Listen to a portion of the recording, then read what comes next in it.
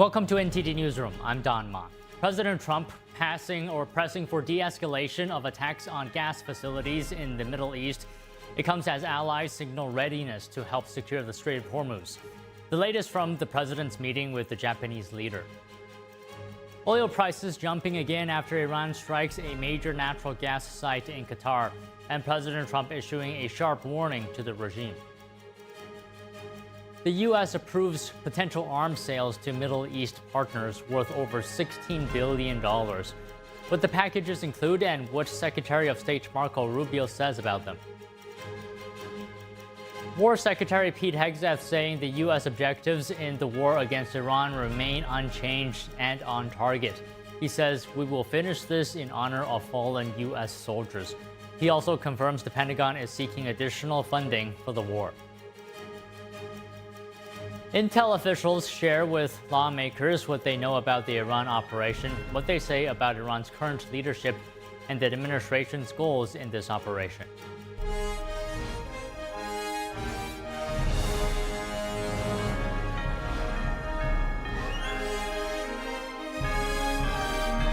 This is NTD Newsroom, live from our global headquarters in New York City. Good afternoon, and thank you for joining us today. President Trump reassuring Americans on lowering gas prices and not putting boots on the ground as strikes continue in Iran, and allies now signaling willingness to help secure the Strait of Hormuz. Joining us now live is NTD's White House correspondent, Iris Tao. Iris, good afternoon. What is the latest from President Trump's meeting with the Japanese Prime Minister today? Good afternoon to you as well, Don. So the president in his meeting today is praising Japan for what he calls its tremendous support, as well as for, quote, stepping up to the plate on Iran. It comes as Japan is joining 5 other nations, including, for example, Germany, Italy, France, UK, and the Netherlands, to issue a joint statement today saying that they are ready now to support what they call appropriate efforts to reopen the Strait of Hormuz. Of course, it marks a shift in stances after these nations first showed reluctance upon being called by President Trump to join efforts to help secure the key waterway. And here's the president talking about that today. Watch. We're defending the strait for everybody else. And then in the case of NATO, they don't want to help us defend the strait, and they're the ones that need it. But now they're getting much nicer because they're seeing my attitude. They're getting much nicer. But it's, as far as I'm concerned, it's too late. I firmly believe that it is only you, Donald, who can achieve peace across the world. I mean, well, as oil prices surge, President Trump said also deterring attacks against energy facilities across the Middle East. Iran is right now retaliating against Israel after Israel struck one of Iran's major gas fields. And President Trump today, while saying that Israel will stop launching attacks against Iran's gas fields, he's also warning Iran that if it continues to hit neighboring countries, especially if it again hits Qatar, the U.S. will, quote, blow up the entirety of Iran's gas field. Meanwhile, the president also reassuring Americans that gas prices will come down soon and that he does not plan to send U.S. troops on the ground. Watch. That there was a chance it could be much worse. It's not bad, and it's going to be over with pretty soon. No, I'm not putting troops anywhere. If I were, I certainly wouldn't tell you. But I'm not putting troops, and we will do whatever is necessary to keep the price. And in another development, both the president and the Treasury Secretary, Scott Bessent, today during a meeting revealing that there are, quote, a lot of military defections inside Iran, also suggesting that that could be the way that the regime eventually goes down. Watch. So we are seeing the defections at all levels as they're starting to sense what's going on with the regime. It doesn't get reported here in the U.S. very well, but we are trouncing them from the air, and the regime will probably collapse within itself. You have a lot of military defections in Iran. I don't blame them. And meanwhile, the president and the Japanese prime minister will have dinner tonight here at the White House, so we do expect to hear from them once again. Don. Iris, thank you. The Trump administration's intel leaders are sharing what they know about the operation in Iran and the Iranian leadership. Here's Director of National Intelligence Tulsi Gabbard testifying before the House Intelligence Committee earlier today. The son is considered more of a hardliner than his father. Isn't that correct? Yes. So hardline that even some of Iran's leaders thought he was too aggressive. Isn't that correct? That is the intelligence community assessment, yes. Mujtaba, the son, is particularly close to the brutal Islamic Revolutionary Guard Corps and their most hardline commanders, correct? That is the intelligence community assessment. He was involved in ordering violent crackdowns on Iranian protesters, including their murder, correct? To be clear on the Mojtaba, the son who has been named to replace him, it is unclear of his status or his involvement. He was injured very severely through one of the Israeli strikes, and so the decision-making is unclear about what's happening in the Iranian leadership. So it's unclear. So we're less certain of the positions of Iranian leadership and their intentions than we were 60 days ago, correct? That's an accurate assessment. Intel officials say the Iranian regime posed an imminent threat to the U.S. CIA Director John Ratcliffe saying Iran remained committed to developing a nuclear weapon in the lead up to this conflict. He also refutes claims by some that Israel pressured the U.S. into the operation against Iran. Congressman Joaquin Castro asking Gabbard about Israel's goals in this operation and if those goals are aligned with the goals of the United States. Here's how she responds. The objectives that have been laid out by the president are different from the objectives that have been laid out by the Israeli government. And how do they differ? We can see through the operations that the Israeli government has been focused on disabling the Iranian leadership and taking out several members, obviously beginning with the Ayatollah and the supreme leader. And they continue to focus on that effort. And how does that differ from our goals? The president has stated that his objectives are to destroy Iran's ballistic missile launching capability, their ballistic missile production capability, and their Navy, the IRGC Navy and mine-laying capability. This is the House Intelligence Committee's annual hearing with intelligence officials on worldwide threats to the U.S. The hearings come as lawmakers on Capitol Hill are pressing for more information about the ongoing operation in Iran. Japanese Prime Minister Sanae Takaichi is meeting with President Trump today at the White House. Joining us now to discuss this is Alan Zhang, Research Assistant for the Asian Studies Center at the Heritage Foundation. So Alan, good afternoon. Thank you for joining us today. Now, from what I could tell in the short segment that was open to the press of President Trump's meeting with Takaichi, it seems like the relationship is still solid. Can we get your comments on the meeting today? Yeah, absolutely. And I think you're spot on. This is the first time that Prime Minister Takaichi is meeting after the election. And it also is a meeting to chart a new course for the bilateral relationship between the United States and Japan. As far as what we saw, I think we have reason to be optimistic. One, because the $550 billion investment that Japan pledged is already moving to the second phase, but also Japan seems to be on the same page as the United States in regards to the operation that's currently happening in the Middle East. So Alan, what do you think? Do you think this meeting here, arguably perhaps the biggest test of alliance between Japan and the U.S. In recent years? Because this is happening as the war in Iran continues. What is your assessment? Absolutely. I think that we are now entering new realities. Before the last time Takaichi met with President Trump, there was not operations in the Middle East. But now Japan being a rather oil-dependent country, it's now kind of called into question the current relationship between the U.S. and Japan. But I think in the long term that this relationship will turn out to be for the better, in large part because of the negotiations that's already happening. As we heard from Scott Bessent, that the new investments are already moving through and that Japan and the United States are already cooperating on oil. Can you talk to us about what you think are the goals for this meeting? What does Trump want? What does Takaichi want? If there's anything beyond the headlines? Absolutely. I think at the fore of the meeting is likely going to be the economic agenda. Now that the Supreme Court has struck down President Trump's tariffs, the White House is going to coordinate the ongoing $550 billion investment that the U.S. has agreed to with Japan. But I think beyond that, beyond the immediate headlines, is also the consideration of China. which is in large part because the meeting between Takaichi and Trump was supposed to happen right before the Xi-Trump summit. But with that being pushed back, I think it gives Japan greater breathing room to talk with the United States on how they want to approach China, especially given the dynamics that we saw last year, in which Japan received large backlash by the Chinese government over comments on Taiwan. But I think that the breathing room gives a good degree of pause for both sides to recalibrate the existing relationship. So we saw Japan's signature on the letter saying that they're going to help with the Strait of Hormuz situation.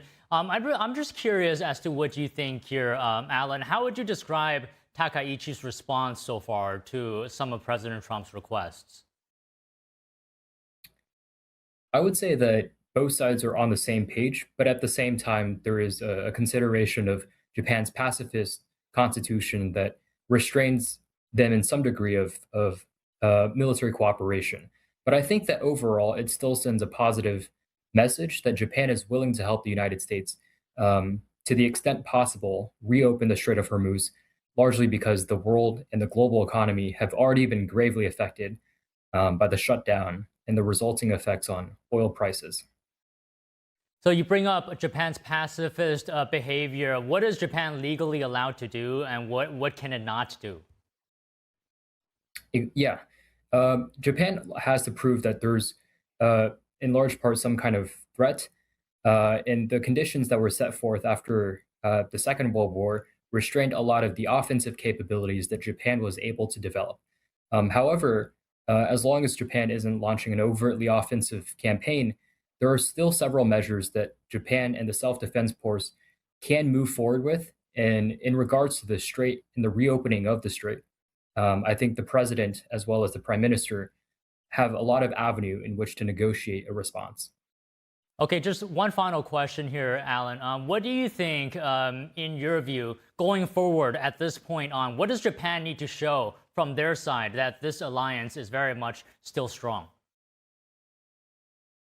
So Japan is already on the right path. The number one thing is definitely messaging and communications. I think that Japan has already expressed optimism just already through the meeting between the prime minister as well as the president. But I think moving forward, the commitment and follow-up to that commitment is very important. We already saw that Japan is moving on to the second phase, moving $60 billion worth of investment into the US economy. But still in the long run, that is still quite a miles away from the $550 billion total. But I remain optimistic as the direction we're currently heading down. And as long as Japan can keep up that good work, I think that we're in good hands. Well, all right, Alan, sounds good. Thank you for speaking with us today. It's been a pleasure. Thanks for having me. War Secretary Pete Hegseth saying the U.S. objectives in the war against Iran remain unchanged and on target. He says, "We will finish this in honor of fallen U.S. soldiers." He also confirms the Pentagon is seeking additional funding for the Iran war. More news after this break. Don't go away.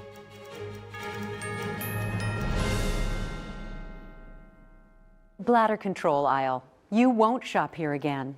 Your private business is your own. The constant struggle is over. Now there's a better way. It's HDIS. We home deliver bladder control products. We understand how you feel. For over 25 years, we've home delivered to many of the 20 million Americans who deal with incontinence. We offer all brands. We pay shipping and use plain, unmarked boxes. If we can help you or someone you care for, call for your free product sample pack and $45 in money-saving coupons. Our counselors will help you choose the right product. And unlike stores, we're always in stock. You'll get what you need. Satisfaction guaranteed. HDIS, the better way. For your free sample pack with your free catalog, $45 in money-saving coupons, and free product samples, call 1-800-701-6159. That's 1-800-701-6159. Tired of struggling with that heavy leaf blower? Introducing the Bullseye Power Blower. It delivers a massive blowing force, and yet it's so compact and lightweight. Just lock and load the rechargeable battery for long-lasting runtime. The secret is the compact turbocharged motor with jet burst technology that blasts out 21,000 RPMs of airflow. Watch this. The sheer force propels this woman across the pool. Look, use Bullseye to blow up a huge jump house. Now that's power. Even blows snow right off your vehicle in no time. Turbo clean your porch in a flash or tidy up your dirty garage floor in seconds. Get it today for just $99.99. But wait, act now and get a $20 discount. So it's only $79.99. Plus, you'll get the adjustable extension tube. Yours free. And it all comes with free shipping. Order now. Call 1-800-209-2313 or go to bullseyeblower.com. That's 1-800-209-2313 or order online at bullseyeblower.com. Order now. Whispered across generations, a hidden secret unveils the essence of longevity and vitality, a timeless legend regarding energy and wonder. Rooted in ancient health wisdom, we proudly introduce Pure Tang Black Ginseng, a 100% natural organic energy drink made from premium 6-year-old Korean ginseng. It takes 2,260 days and nights from seed to growth, undergoing a meticulous 9-step process of steaming and drying. Black ginseng reaches its full potency, enriched with ginsenoside RG3 and enhanced absorption efficiency. No sugar, no caffeine, no artificial ingredients. Experience the pure natural power of Pure Tang Black Ginseng. Nourish your body, strengthen your immunity, and boost your energy. To order Pure Tang Black Ginseng, please visit puretang.com.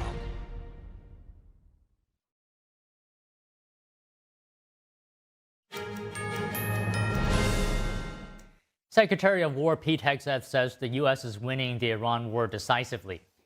Hegseth making the remarks at a Pentagon briefing this morning. He says the U.S. objectives in the conflict remain unchanged and on target. Here's more. To date, we've struck over 7,000 targets across Iran and its military infrastructure. That is not incremental. That is overwhelming force applied with precision. And again, today will be the largest strike package yet, just like yesterday was. As I've said from day one, our capabilities continue to build, Iran's continue to degrade. We've hit hundreds of their defense industrial bases directly.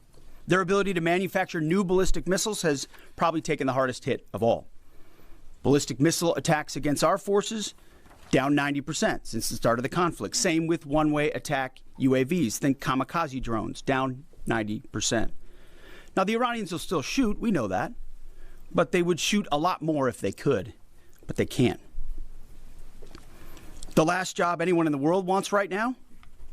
Senior leader for the IRGC or Besiege. Temp jobs, all of them.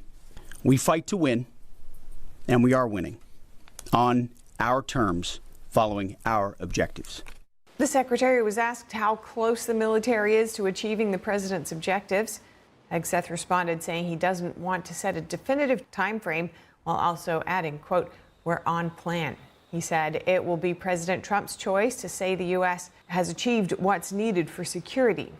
Chairman of the Joint Chiefs of Staff, General Dan Kane, sharing details of recent U.S. military action. He says 10 Warthog aircraft are taking out Iranian vessels in the Strait of Hormuz, and Apache helicopters are striking Iran-aligned militia groups in Iraq. General Dan Kane says U.S. forces are now flying further east into Iran and are penetrating deeper into Iranian airspace. He was also asked about Iran still having the capability to launch strikes across the Gulf nations. You know, as we said and have always said, clearly they came into this fight with a lot of weapons. This is why we continue to be as aggressive and assertive as we can against their ballistic missile capability, both their medium-range ballistic missile capability and their short-range missile capability. So we are continuing to hunt and find them and kill them, and we will continue to do so. So they still retain some capability. And we have layered defenses throughout the region that will allow us to protect those, and we're working with our partners across the Gulf region to help them improve any defensive capabilities that they may need. Hegseth also honoring Americans killed in the conflict at both the start and end of the briefing. 6 crew members were killed when their aircraft crashed in Iraq. Haig says, saying, quote, "We will finish this. We will honor their sacrifice. Their sacrifice steels our commitment." The War Secretary also commenting on what he describes as dishonest media coverage of the war. I stand here today speaking to you, the American people, not through filters, not through reporters, not through cable news spin. A dishonest and anti-Trump press will stop at nothing. We know this at this point. To downplay progress, amplify every cost, and call into question every step. Sadly, TDS is in their DNA. They want President Trump to fail. NATO Secretary General Mark Rutte is backing U.S.-Israeli strikes on Iran. Speaking in Brussels this morning, Rutte says the strikes are important for European security and the Middle East.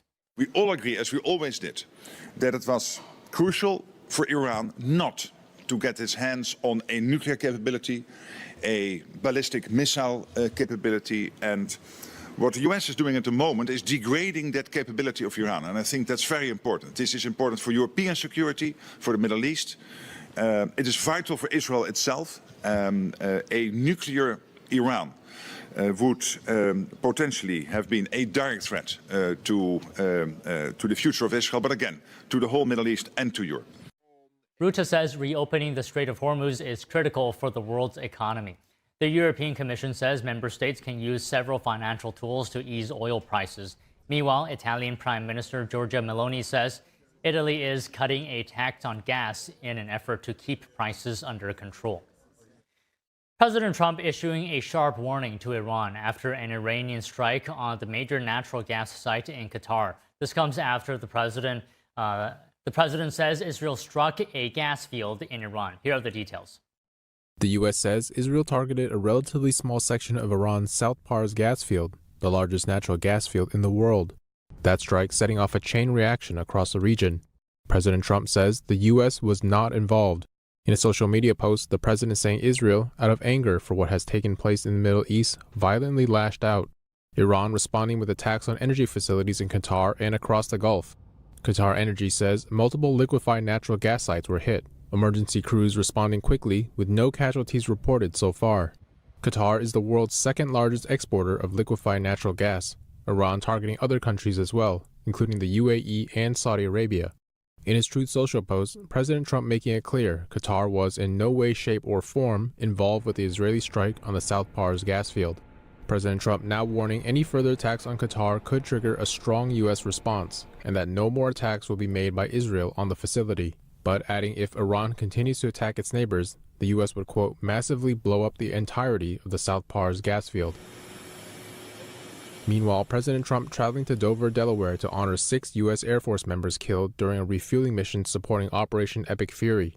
The White House says the focus right now is weakening Iran's military capabilities. This mission that President Trump has established is very clear and very focused on eliminating the Iranian threat to the United States and to the world, preventing that regime from being able to strike and kill Americans anywhere in the world. Deputy Chief of Staff for Policy Stephen Miller also saying that ultimately the Iranian people will have to decide for themselves what kind of future they want, but that President Trump will not allow the current regime to hold the rest of the world hostage. The U.S. has approved potential arms sales to 3 Middle East partners worth more than $16.5 billion. This comes as the countries face Iranian attacks amid Operation Epic Fury. The sales include missiles, drones, radar systems, munitions, and upgrades to the United Arab Emirates for more than $8.4 billion. The UAE will get 1 anti-missile defense system known as THAAD, 10 anti-drone defense systems known as FS-LIDS, 400 advanced missiles known as AMRAAMs, as well as F-16 munitions. Kuwait will get lower-tier air and missile defense sensor radars for an estimated $8 billion. And Jordan will get aircraft and munition support for roughly $70.5 million. Secretary of State Marco Rubio says an emergency exists requiring immediate sale and is waiving congressional review requirements. He stressed that the proposed arms sales will support U.S. foreign policy and national security goals and help improve the security of important U.S. partners. And the Prime Minister of Qatar meeting with the Foreign Minister of Turkey today. Yesterday, Iran struck the globe's largest complex producing liquefied natural gas in Qatar. Iran continuously claims only attacking U.S. assets in Qatar, which the nation strongly denies. We reject this claim, which cannot be accepted under any circumstance. The biggest proof of this is that the attack which happened yesterday was an attack on a Qatari natural gas facility, which is a source of income for the Qatari people, but not just for the Qatari people. What they did yesterday also impacted the millions of people who Qatar is helping. We must also clearly remind Iran of the historical responsibility it bears in this extremely sensitive conjuncture. Regardless of the justification, Iran's attacks against countries in the region undermine the foundations of regional stability and are unacceptable. Iran struck Qatar's energy site after Israel struck gas facilities in southern Iran on Wednesday. The site in Qatar is the world's largest LNG complex. Qatar says the damage could take 5 years to repair. Energy prices surged on Thursday after the Iranian attack on Qatar. Oil prices jumping again after Iran attacked energy facilities across the Middle East. International benchmark Brent crude surging past $110 per barrel this morning. As for gas in the U.S., AAA reports regular gas is averaging $3.88 a gallon. The world's largest liquefied natural gas facility is in Qatar. The company that runs the hub says it's extensively damaged after 2 Iranian missile attacks. They follow strikes on some of Iran's energy facilities yesterday. The U.S. is considering removing sanctions from Iranian oil that is stranded on tankers. The move would aim to increase the global supply and lower prices. Secretary Scott Bessent had this to say during an interview with Fox Business. In the coming days, we may unsanction the Iranian oil that's on the water. It's about 140 million barrels. So depending on how you count it, that's 10 days to 2 weeks of supply that the Iranians had been pushing out. That would have all gone to China. In essence, we will be using the Iranian barrels against the Iranians to keep the price down for the next 10 or 14 days as we continue this campaign.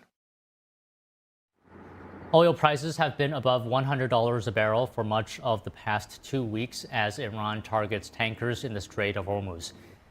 The Treasury made a similar move recently, allowing the sale of sanctioned Russian oil stranded on tankers.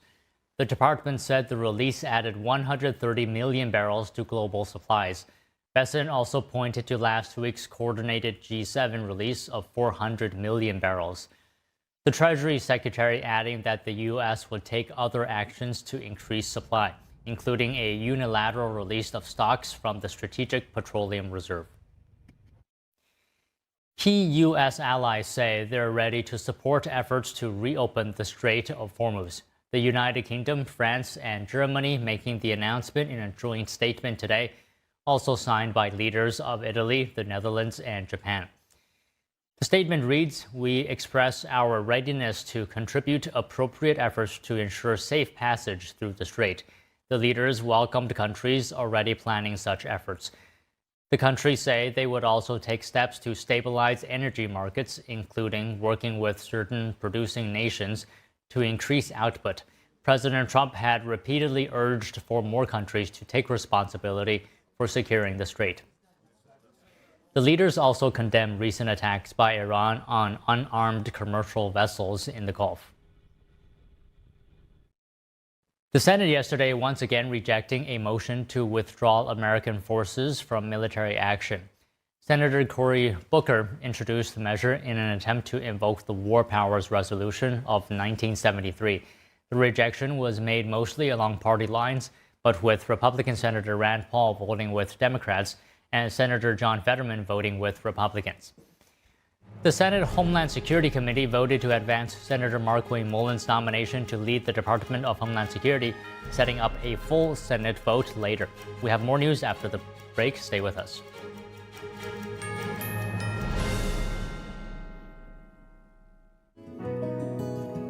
Looking for a healthy and smooth-tasting brew? Drop by Days Coffee Roasters today and explore our wide selection of specialty-grade, small-batch roasted coffee. Home to North America's first enzyme-fermented coffee, we source a wide selection of specialty-grade coffee beans from around the world, and our baristas are ready to craft your customized brew. Visit Days Coffee at 28 North Street, Middletown, New York. Come experience a brew like no other.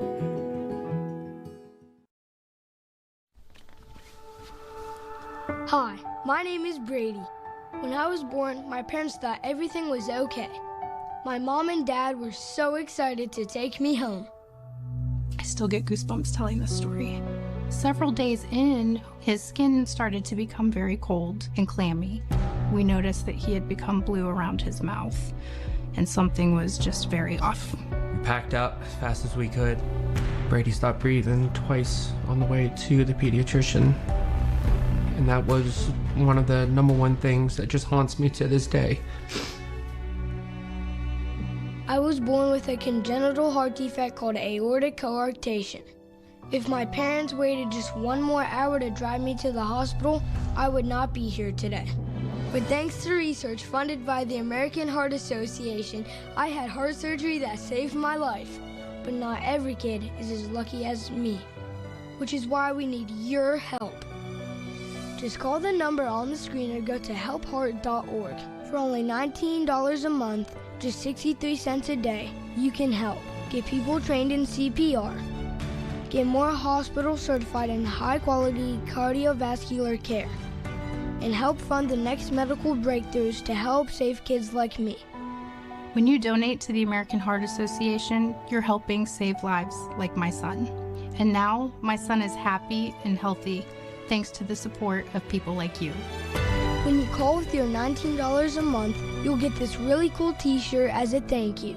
Many children die from congenital heart defects. I can't wait to grow up to become a heart surgeon and fix babies' hearts, but until then, I'll keep helping the American Heart Association. So please join me. Just call the number on your screen or go to helpheart.org to become a monthly donor and help save lives.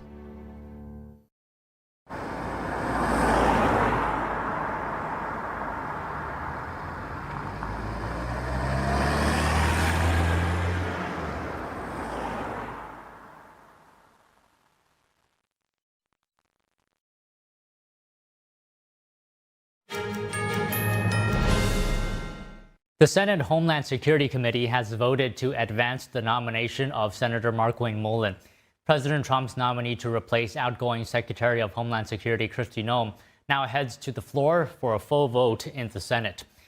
The vote follows Mullin's testimony yesterday, where he engaged in tense exchanges with committee chairman Senator Rand Paul. Rand Paul questioned Mullin about past statements, including a comment saying he understood why a neighbor attacked Senator Paul back in 2017. Paul voted against Mullin's nomination, while Democratic Senator John Fetterman voted in favor in the 8-7 vote. A full Senate vote on Mullin's nomination comes as Democrats block funding for the Department of Homeland Security. Democrats are pushing the Trump administration to scale back its immigration enforcement tactics in exchange for funding the department. Joining us now is Darlene Sanchez, reporter for the Epoch Times. Darlene, good afternoon. Good to see you. So to start off here, can you talk to us about, how might the DHS look under Senator Mullin if confirmed? What are his focuses? What does his record look like? What's his experience? Well, I think you will probably see something, akin to the way, Borders Our Homeland operates. During the hearing, the confirmation hearing for Mullin, he specifically said he wanted to work with local jurisdictions. He wanted to talk with mayors. He wanted to talk with police chiefs and, of course, sheriffs to try to work out a way for them to move forward and to cooperate with ICE while these illegal immigrants are in, the jail system before they're released. So there isn't any of this, controversy And of course, it's more dangerous when they're released upon the streets. ICE has to go in there. There's protesters, as we've seen recently, and sometimes that turns deadly. So he is looking for a way forward beyond the controversy that has hit the agency recently. Okay, so compared to Kristi Noem, is there a difference? If so, what is it? Well, I think so in terms of, I think, their experience was probably about the same. She was a governor, he's of course, he was a representative and now a senator. He served on the Armed Services Committee, but he doesn't have a law enforcement background, so to speak. However, he's been very supportive of Homeland Security and President Trump. I think that he will probably be more, he would probably try to compromise more, I think, than Kristi Noem did in her role. Of course, that's yet to be seen. He was also, though, very firm in saying, look, President Trump is all about law and order and getting criminals off the streets. And, from his perspective, that wasn't something that's negotiable at all. I guess the way that they go about it and how they approach it will probably be the main difference. All right, so can you also talk to us about the recent vote, the 8-7 vote? Who supported Mullen? Who voted against him? It was almost along party lines, except you had a couple of switches. You had, the chairman, Rand Paul, vote against him, and then you had John Fetterman, a Democrat, vote for him. So it kind of almost went along party lines, except you have a couple of defectors. So it was, it was possible if someone else, if Fetterman hadn't have, voted for him, it would have been a tough situation. So why did Rand Paul vote against, he's a Republican, why did he vote against Mullen? Well, as, Mullen said during the hearing, yesterday, he said, look, we just don't get along. They've had an ongoing conflict, disagreements, I guess, since probably around 2017. Rand Paul believes that he doesn't have the temperament to be, leading DHS because, he said that he could understand why Rand Paul's neighbor attacked him in 2017 because of the way he speaks to people and the way he operates. So I think that was a factor. That just was bad blood between them for quite some time now. And he also brought up when he wanted to fight the Teamsters union representative that came to testify in 2023. However, since then, that representative actually supports Mullen, and he was in the hearing sitting behind him during this entire back and forth. So it was interesting. Okay, so beside Rand Paul, what about Senator Fetterman? What was his reason for voting for Mullen? I think it was, what he said was he had talked to Mullen and he believed that Mullen was the person that could get the job done in terms of moving things forward and moving past some of this vitriol that you see between, the Democrats and the administration surrounding deportation and immigration enforcement. That was, I think, the main reason. But he also talked about how he had worked with him in the past on several things, and that they seemed to be able to work together. And so, in that spirit, he believed that Mullen would be able to work with others and again move things forward. Okay, so now this moves to the full Senate. Maybe next week we'll see. What are we likely to see there? Is it going to be a tight vote? I think that he will pass. I think he will be confirmed. It's possible he could pick up a couple more, Democratic votes. He possibly could, lose one other, perhaps, a Republican vote. But I think overall it's probably going to be pretty much along party lines, except, Rand Paul, he's not going to vote for him. So, and of course, Fetterman will. So I think you're probably going to have something similar to what you saw today. Okay, Darlene, let me just ask you one last thing here. In your view, from what you've seen, how aligned is Mullen with Trump in terms of ideology, policy, and anything else? I think that, that's one of the main reasons Trump selected him, because they are very much aligned. In fact, Mullen counts Trump as a friend, and he went into that during the hearing. He talked about how Trump, whenever his son was injured, it was a catastrophic injury, that Trump called him. Trump came to see his son in the hospital, and it wasn't, a photo op. It wasn't, for media publicity. And he says he remembers Trump standing there and talking to his son. And somebody came to say, Mr. President, the plane's getting ready to leave. We need to go. And he looked at the guy and he said, I don't think the plane's going to be going anywhere without me. And he basically shut out everybody and everything and spent 15 minutes, standing there talking to his son. And, it moved Mullen to tears during that hearing. And he said he'll never forget that. It's something that, forged a bond between them that will never go away. Wow, what a powerful gesture. It warms my heart just listening to this story. Well, Darlene, thank you for talking to us today. I think we can leave it there. Pleasure speaking with you. Thank you. Senator Mike Lee holding a press conference now on the Save America Act. Let's listen in. Never quite understood why some might think that's a good idea. That's nonetheless their prerogative, as these are states and political subdivisions of states making those decisions. But in the federal government, that is not the case, and it should never be the case. But once in those jurisdictions, they've got people who are registering to vote in those particular elections, again, typically local elections as non-citizens, it raises all kinds of questions. Once they have registered, what happens to their registration? Is there a mechanism in those jurisdictions whereby those who are allowed to vote in whatever local election are prevented somehow from using the same voter registration file to also cast votes in a federal election?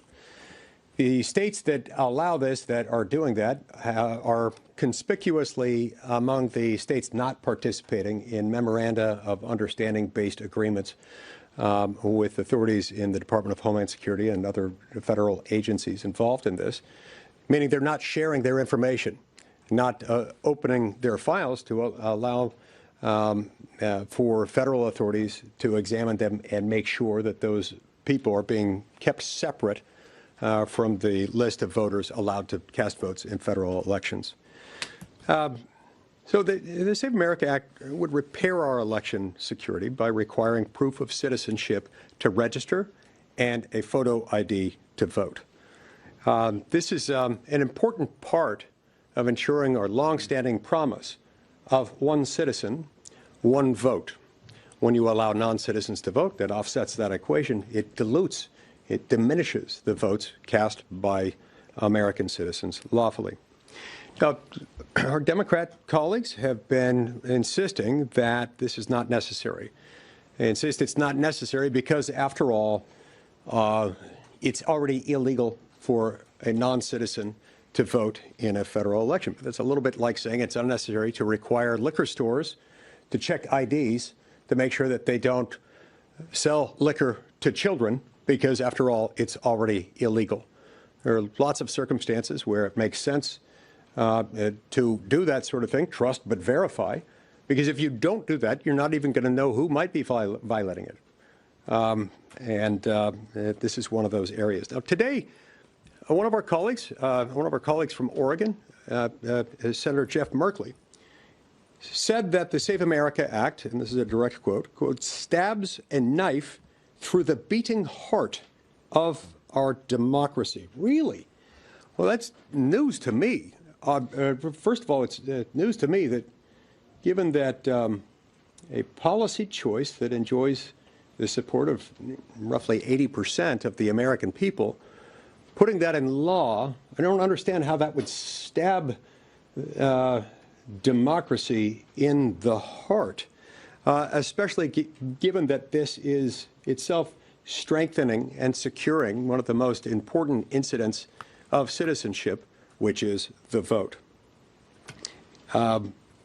Republicans overwhelmingly support this. 95% of Republicans, roughly 83% of Americans generally, and 71% of Democrats. It's only here in Washington, D.C., within the halls of the United States Capitol, that this is controversial, even among Democrats. Over 170 countries across the world have some form of voter ID requirement. It's actually much easier to identify the very small handful of nations with democratic elections that do not have voter ID requirements. So I would ask the question, why should we allow the United States of America to have election security laws and procedures inferior to those in, I don't know, Moldova or Bangladesh, for example? The Save America Act embodies the mantra often used in this town and elsewhere that we want to make it easy to vote and hard to cheat. You have to have both of those. If you neglect either one, you're going to create problems. If you prefer the former, while shunning the latter, you will in fact succeed in making it easy to vote. But that sort of betrays and diminishes the whole point of having free and fair elections, and it makes them impossible. So, look, I think that there's only one legitimate reason to oppose this. I have yet to hear a legitimate argument against the bill, and which begs the question, do they really just want to make it easy to vote so badly that they're willing or even enthusiastic to just make it easier to cheat? So far, the congressional Democrats have, by and large, focused on arguments that are a combination of being ill-founded, relying on blatant mischaracterizations of the statutory text itself, including and especially the text beginning on page 12, line 22, and following on to the following page, easing the documentary requirements for proof of citizenship, making it so easy that it's much easier than filling out your I-9 form when you start a new job with a new employer, where you're required to prove your citizenship if, in fact, you're an American. If you're not an American citizen, you're going to have to produce a visa showing that you are eligible to work. But we make it easier than that. We make it so easy, in fact, that even if all of your citizenship documentation papers have disappeared because your house burned down, your dog ate them, your crazy Aunt Madge came and stole them and took them to the dump for some inexplicable reason, or maybe you never had them, you can still go to a state election official, swear out an affidavit just describing the basic elements, the basic factual assertions behind your claim to citizenship, whether it's when and where you were born and to whom. If you were a natural-born citizen, entitled to citizenship by virtue of the circumstances at your birth, or if you're a naturalized citizen, where, when, and how you became a naturalized citizen, and the date, exact or approximate, of your naturalization. This makes it incredibly easy and puts the onus back on the state if you're one of those people who either lacks some documentation or maybe even lacks all of it. They ignore that. And then a lot of the rest of their documents boil down to a combination of things. It's racist and it's sexist. Does any of that sound familiar? You've heard that before. But very often when it does come up, it comes up in a context like this one, where both of those arguments are red herrings. Both of those arguments are rooted in assumptions that are themselves racist and misogynistic, and they're cover for something else. Why are they arguing that when it so obviously does not apply? It's impossible to reconcile with the text of the bill itself to make that accusation. What are they covering for? What's missing when that's the argument that they continue to fall back to like a dog to its vomit? I can't think of anything more racist or misogynistic than those arguments that are being raised, at least not within this realm. You can think of things, but it's hard to come up with anything more racist or misogynistic than the assumptions underlying those arguments.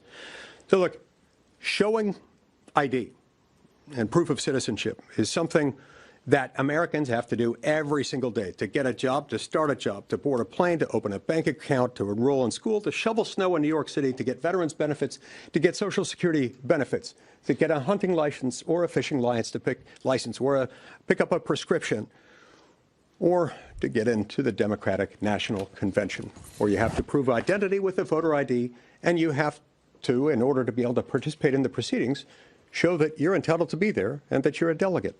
Yes, they do that. So if they want to call this Jim Crow 2.0, then so too is the Democratic Party. And of course, it is not, nor is this. These are red herring arguments. I'm pleased to be here with some of my colleagues. We'll hear from each of them now, starting with my friend and colleague from Florida, Senator Rick Scott. And you were just watching Senator Mike Lee speaking on the Save America Act, saying that he believes this act will restore integrity into elections, and saying everyday American life, one has to produce an ID, whether you're talking about going to the DNC, the Democratic National Convention, or even shoveling snow, as he mentioned, in New York City.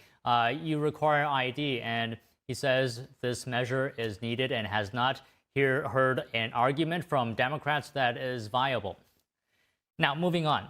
Airport chaos continues as Congress fails to break the stalemate over DHS funding. Democrats now rejecting the latest proposal from the White House regarding immigration enforcement. NTD's Melina Weisskopf reports.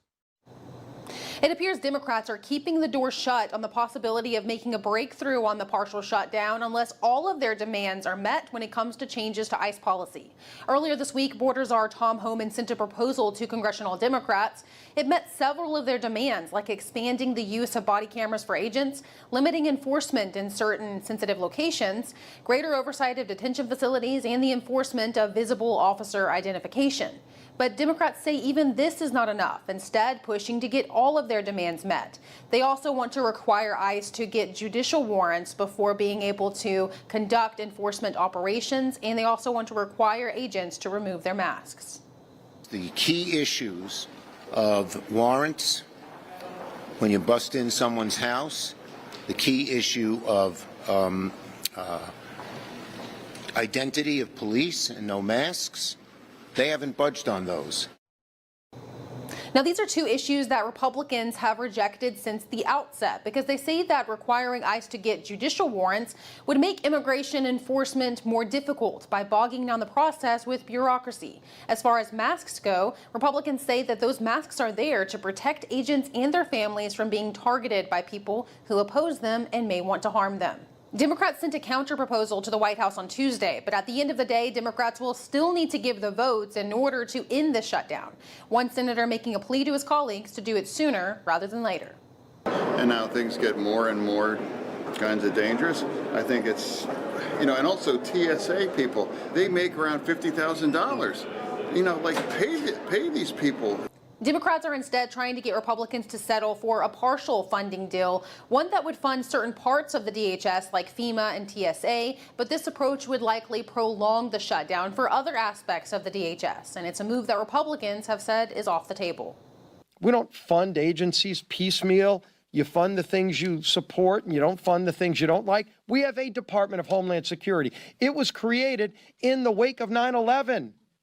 Democrats are operating like it's September 10th. What's also important to note about this dynamic is the fact that though Democrats say that they're doing this to avoid funding ICE, the agency is actually still being funded currently through the GOP's One Big Beautiful Bill that was signed into law last summer. Reporting from Washington, D.C., Melina Weisskopf, NTD News. There's still no end in sight on how long the DHS partial shutdown will last. 50,000 TSA officers have been forced to work without pay, leading hundreds to quit their jobs. Workers calling out is a very common phenomenon that's getting worse by the day. And more than 10% of TSA officers didn't show up for work this past Sunday and Monday. This marks the highest rate since the shutdown started.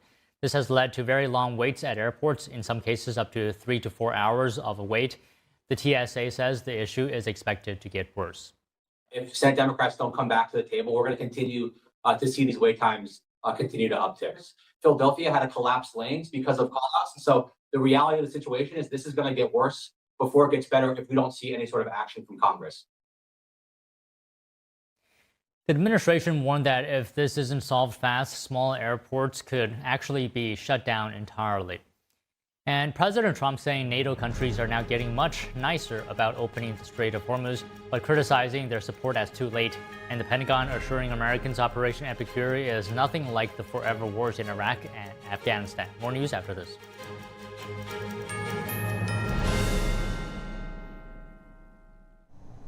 This year marks the 20th anniversary of Shenyun Performing Arts, showcasing China before communism. Shenyun has been performing all around the world, all in the face of mounting pressure from the Chinese regime. The documentary Unbroken, the Untold Story of Shenyun gives you exclusive access to the resilient dancers and artists behind the show and covers NTD's years-long investigation into the attacks and threats made against this American company and our freedoms, premiering here on NTD. I just had a few questions regarding your coverage of Shenyun. I'm not going to do point-by-point rebuttals. Have you heard from the New York Times yet? No. In fact, when it came out, I was like waiting for them to call me, but nothing. The New York Times still has this agenda-setting power. Once they decide what the story is, it's kind of an uphill battle. We'll have to see where this takes us. Why are they doing this? What can I do to tell people our side? For the past 5 years, I've toured the world with my brother by my side. But never would I have imagined what battle I joined. That's completely not what it is like here. How much more of this are we going to be able to take?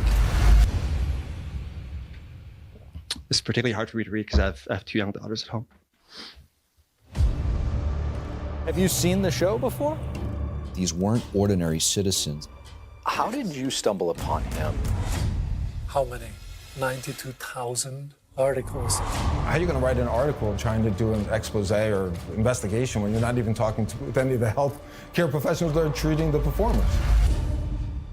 That really kind of blew this wide open. There's something much bigger going on here. They're calling now Shenyun Performing Arts for precise strikes. This persecution has come to America's shores. This was done with the purpose of the tire exploding on the highway. Hey, buddy, you guys are okay? We're defending those we love.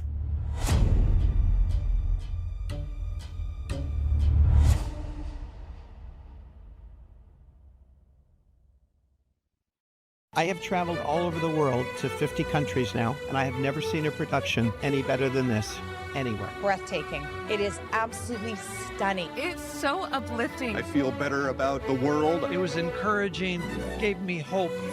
It was absolutely amazingly divine. I thought that I was going to heaven. You have to come see it. Multiple times. It's worth every penny. Make sure you see it. Make sure you see it. Returns to David Koch Theater, March 25th through April 12th. Shenyun.com. Hi, my name is Brady. When I was born, my parents thought everything was okay. My mom and dad were so excited to take me home. I still get goosebumps telling this story. Several days in, his skin started to become very cold and clammy. We noticed that he had become blue around his mouth, and something was just very off. We packed up as fast as we could. Brady stopped breathing twice on the way to the pediatrician. And that was one of the #1 things that just haunts me to this day. I was born with a congenital heart defect called aortic coarctation. If my parents waited just one more hour to drive me to the hospital, I would not be here today. But thanks to research funded by the American Heart Association, I had heart surgery that saved my life. But not every kid is as lucky as me, which is why we need your help. Just call the number on the screen or go to helpheart.org. For only $19 a month, just 63 cents a day, you can help. Get people trained in CPR. Get more hospitals certified in high-quality cardiovascular care. And help fund the next medical breakthroughs to help save kids like me. When you donate to the American Heart Association, you're helping save lives like my son. And now, my son is happy and healthy, thanks to the support of people like you. When you call with your $19 a month, you'll get this really cool t-shirt as a thank you. Many children die from congenital heart defects. I can't wait to grow up to become a heart surgeon and fix babies' hearts, but until then, I'll keep helping the American Heart Association. So please join me. Just call the number on your screen or go to helpheart.org to become a monthly donor and help save lives.